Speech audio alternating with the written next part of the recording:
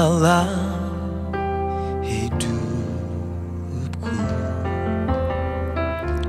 Rancangan indahmu terjadi di hidupku. Bapa yang mengerti segala yang ku perlu. Kasih-Mu sempurna, nyata dalam hidupku. Ku bersyukur Bapa, ku bersyukur Tuhan, buat kasih setia-Mu di dalam hidupku. Ku bersyukur,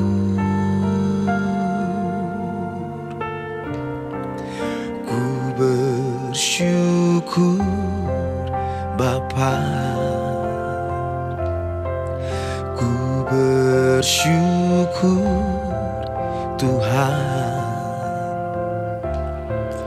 buat kasih setia-Mu di dalam hidupku. Ku bersyukur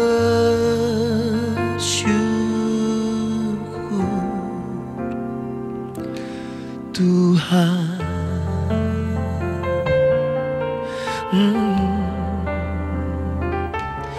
Oh, oh, oh.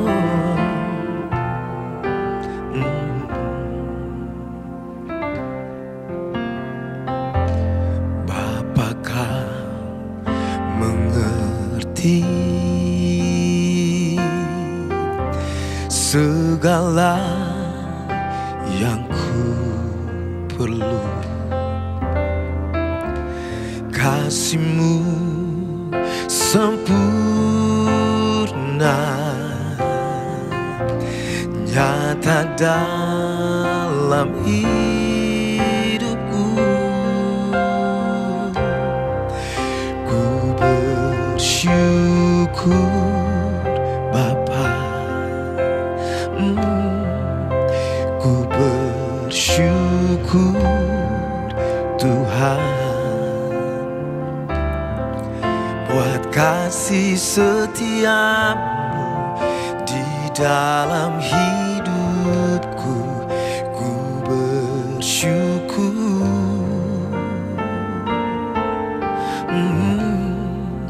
ku bersyukur Bapa,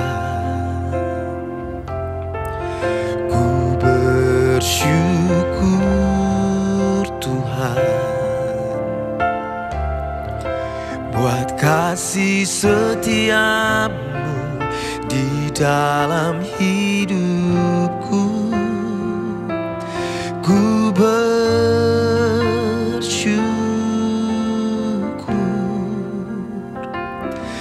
Tuhan.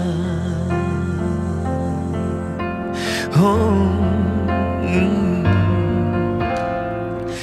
tak ada lembah kelam yang tak ku lewati tanpa hadir-Mu. Hatiku takkan gentar, sebab ku tahu tangan-Mu yang menopangku. Oh, takkan ada lembah kelam yang tak ku lewati tanpa hadir-Mu. Hatiku takkan gentar, sebab ku tahu tangan-Mu yang menopangku.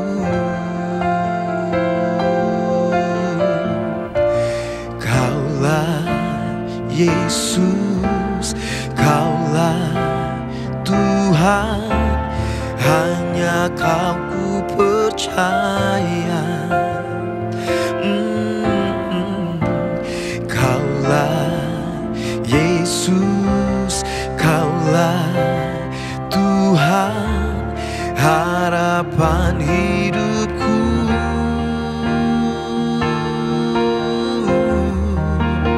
Ku bersyukur Bapa, ku bersyukur Tuhan, buat kasih setiamu di dalam hidupku. Ku bersyukur, oh, ku bersyukur Bapa, ku bersyukur Tuhan,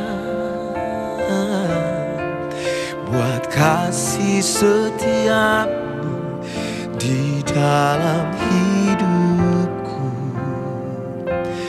Ku bersyukur,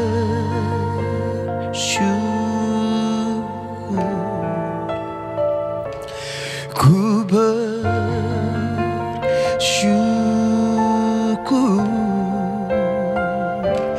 ku bersyukur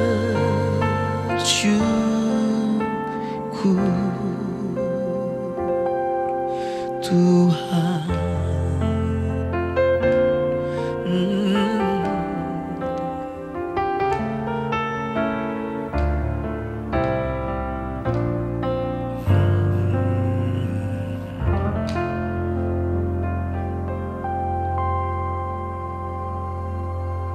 Shalom, kembali ke Roti Manis bersama dengan saya, Jimmy Kojim Lukas. Saudara, saat ini saya mau ajak saudara untuk lihat satu bagian firman Tuhan, sekali lagi, Matius pasal 10 ayat 34 sampai ayat yang ke-39. Jangan kamu menyangka bahwa aku datang untuk membawa damai di atas bumi. Aku datang bukan untuk membawa damai, melainkan pedang. Sebab aku datang untuk memisahkan orang dari ayahnya, anak perempuan dari ibunya, menantu perempuan dari ibu mertuanya, dan musuh orang ialah orang-orang seisi rumahnya. Barang siapa mengasihi bapa atau ibunya lebih daripadaku, ia tidak layak bagiku. Dan barang siapa mengasihi anaknya laki-laki atau perempuan lebih daripadaku, ia tidak layak bagiku. Barang siapa tidak memikul salibnya dan mengikut aku, ia tidak layak bagiku. Barang siapa mempertahankan nyawanya, ia akan kehilangan nyawanya. Dan barang siapa kehilangan nyawanya karena aku, ia akan memperolehnya. Saudara, jika Anda pernah pergi ke sirkus, maka Anda mungkin akan melihat sebuah pertunjukan yang aneh. Singa dan harimau bisa diatur manusia dan menjadi bagian pertunjukan yang menyenangkan. Secara natur, saudara, harimau itu mestinya gagah, menakutkan, menyeramkan.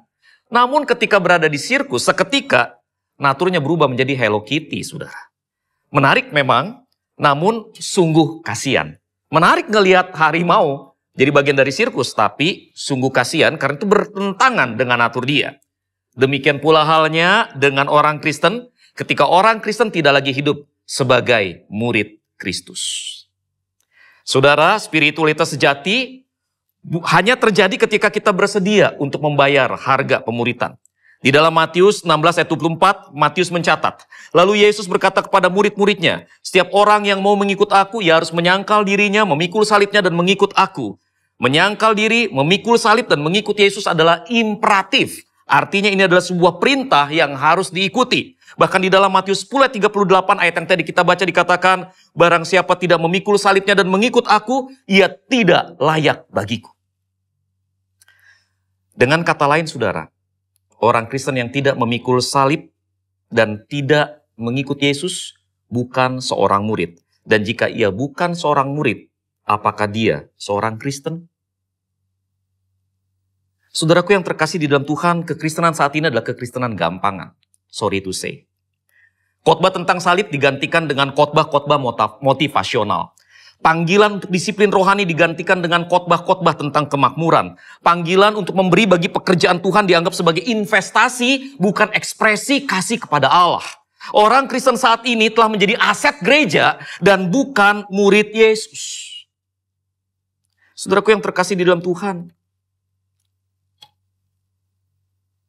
Jangan berpikir bahwa kalau kita datang ke gereja, lalu melakukan semua aktivitas rohani di dalam gereja, maka kita sudah menjadi orang Kristen yang sejati. Orang Kristen sejati seharusnya adalah murid Yesus Kristus. Orang Kristen sejati seharusnya adalah orang yang menyangkal diri, memikul salib dan mengikut Yesus. Saudara harus bertanya pada diri saudara sendiri. Saya harus bertanya pada diri saya sendiri. Apakah kita adalah seorang Kristen KTP atau kita adalah seorang murid? Saudara, orang Kristen KTP pergi ke gereja dan 5D. Datang, duduk, diam, dengar, doang, dadah. Orang Kristen KTP. Namun murid sejati, saudara, melakukan disiplin rohani. Orang Kristen KTP membangun spiritualitasnya di atas dasar transaksi. Tuhan, saya memberi, engkau balas beri. Tuhan, aku melakukan ini, lakukan mujizat dalam hidupku. Tuhan, aku melakukan hal ini, berikan kesembuhan kepadaku. Saudara, kekristenan akhirnya menjadi sebuah transaksi di mana orang Kristen menjadi manusia kurang ajar yang menganggap dirinya sederajat dengan Allah, sehingga layak untuk melakukan transaksi dengan Tuhan. Saudaraku yang terkasih di dalam Tuhan, murid Yesus tidak membangun spiritualitasnya di atas transaksi. Murid Yesus membangun spiritualitasnya di atas kasih. Kita hidup dengan Yesus. Kita membangun diri kita ke arah Kristus. Karena kita mengalami kasih Yesus dan karena kita mengasihi Yesus. Saudaraku yang terkasih di dalam Tuhan, maukah kau membayar harga pemuridan?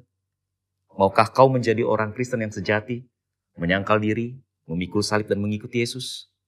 Karena saudaraku, to be honest, without it, tanpa itu, kita tidak layak bagi Yesus.